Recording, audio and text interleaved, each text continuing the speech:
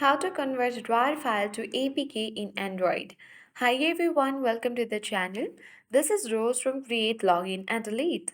Without further ado, let's dive right into the video. In order to convert RAR file to APK in Android, first of all, you have to make sure to download and install RAR application on your device and simply tap Open to launch application. Now, you simply need to locate the RAR file which you want to convert to APK in your Android device. So here's the RAR file. You can simply check mark this RAR file and you need to simply tap on the up arrow icon which is simply beside the trash button. After that, you need to select Overwrite without prompt and then you need to tap OK button.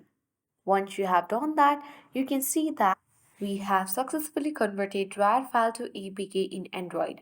So that's it. I hope this guide was helpful. If it was, then do like, share, comment and don't forget to subscribe for more tech and tips videos. Thank you for watching.